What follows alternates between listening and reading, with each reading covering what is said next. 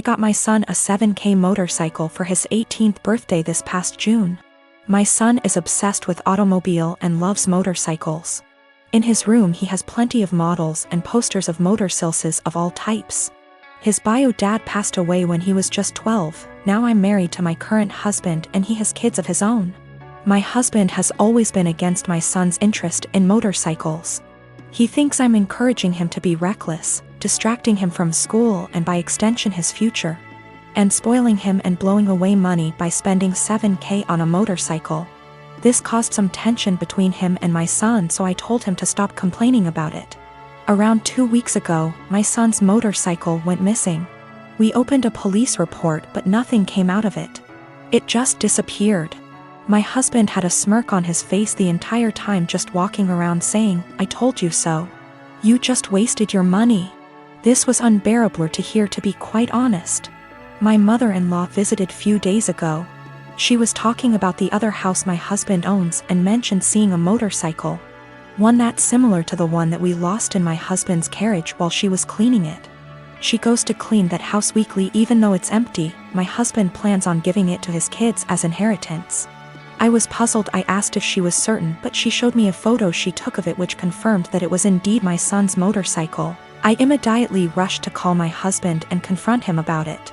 He admitted that he took and hid the motorcycle in his garage as a last resort after me and his stepson kept brushing him and his thoughts off about the 7K being spent on something unnecessary and that could cause issues. I blew up at him demanding he return it.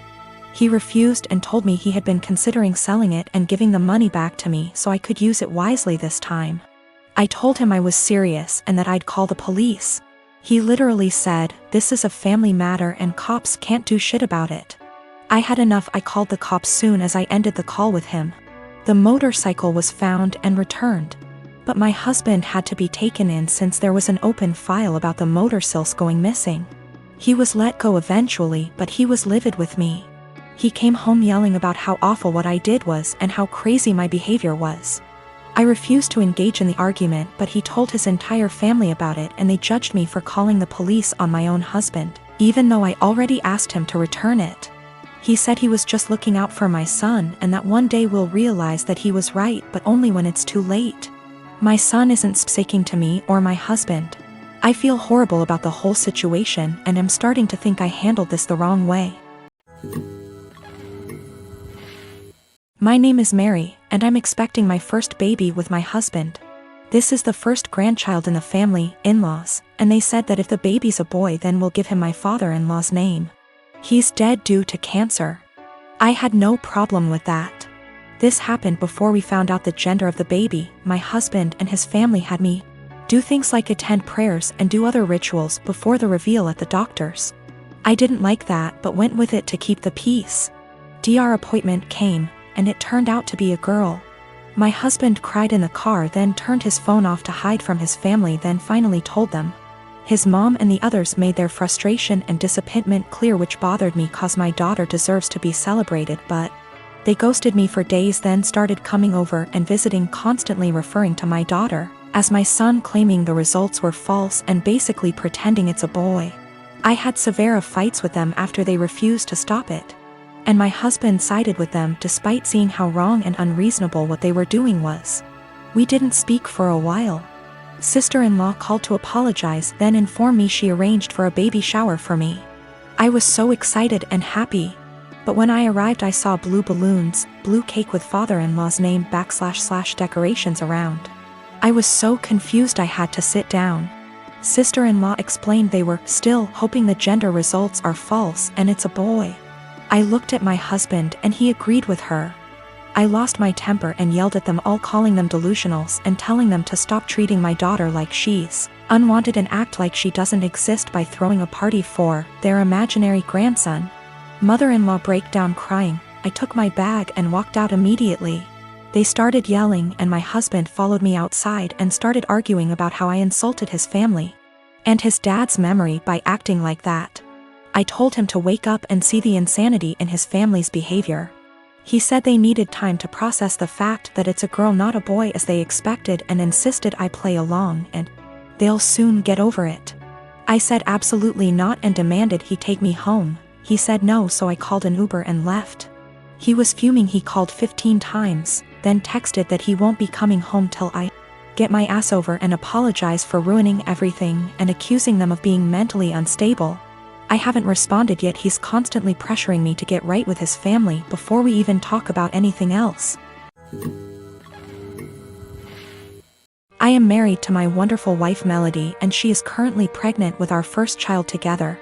I have a 6-year-old daughter Tina, whose mother I split 50/50 custody with. So I know for the most part what Melody needs in order to feel supported while she carries our child. I have been spending lots of time making sure she's comfortable and taking on more of the load at home so she's not doing too much. This is her first child after all, and it's obviously a lot for her physically and emotionally. My mother and Melody don't get along too well. Mom didn't like my ex either. We broke up because we were headed on different paths, not because of my mother, and there's no bad blood.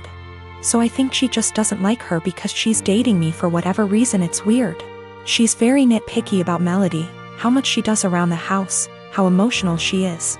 Melody already cries very easily, and being pregnant has made her even more sensitive, which is fine. The fact that she wants to be a stay-at-home mom, it just seems like nothing Melody does is okay. I do, however, stand up for her and do not just allow my mom to talk down to her. Today, before picking up my daughter from summer camp, Melody went to 3 different grocery stores to find rotisserie chicken. She's been talking about it since last night and really wanted one. She sent me picture messages documenting her quest for the chicken and finally found it. My girl was happy. Rotisserie chicken is also kind of a comfort food for her, like spaghetti, because her mom used to make one of those when she was having a lazy day and didn't feel like cooking. She was planning on serving that with some other basic sides for dinner, perfectly fine by me. My mother came by to see Tina and started telling Melody the chicken is bad for her and she should not be eating that pregnant. Melody said it's fine, she usually eats healthy and just wants this one thing she's craving. My mom went on about how unhealthy it was and said she needs to eat something else. Melody said no and went to the backyard to FaceTime her family out of state. When she came back, my mom had thrown out the food and ordered takeout, a salad for Melody and pizza for everyone else. Melody asked where the chicken was and my mother told her she needs to start being a responsible mother and eat correctly for the baby. Melody screamed, "What the is wrong with you? Why are you always such a..." to me? She then started crying and called me home. I came back and asked my mother to leave after hearing her story and said she is not to come back until she apologizes for how she treated Melody. My mom went on about how I'm choosing another woman over her, but I just think enough is enough, and Melody reached her limit. She apologized to me for blowing up when Tina was in the house, but I told her it's okay, things happen, Tina is okay. And I went to find her another chicken before the store closed. My dad thinks I'm right for taking Melody's side, but my brother thinks I should always defend mom. I do plan on having a sit down with both my parents and my brother with my mom. I'll talk to my dad first, then have a family meeting. I would still want my mom around, and honestly maybe I'm just weak, but that's my mother. However, if she cannot learn to change and respect my family, then we will just have to go and see. It's hard, but it is what it is. Melody doesn't even want to completely cut her out, she just wants change as well. But I will protect Melody at all costs, and if that means cutting off my mom, then so be it. My ex and I did not break up because of my mother. We had different ideas of where our lives were going. Tina was not planned, and we were already heading towards going our separate ways before she got pregnant. We tried to make it work for Tina, but that's not what relationships are about, so we split and it's working great. My ex and Melody get along great, Tina is happy, and we work through things as one big blended family. My ex and Melody have talked about my mother with each other before, and that was when I realized I needed to see a therapist to work through my childhood with a mom like mine.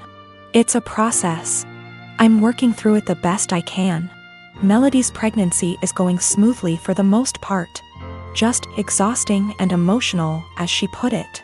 Also, we're having a girl. We had our gender reveal. I did find her another chicken yesterday night after this whole fiasco. My daughter is 16 years old and in high school. I noticed recently that she's been behaving in a bad manner, constantly commenting on other people's looks, belongings, calling them stuff that isn't cool and just being insensitive.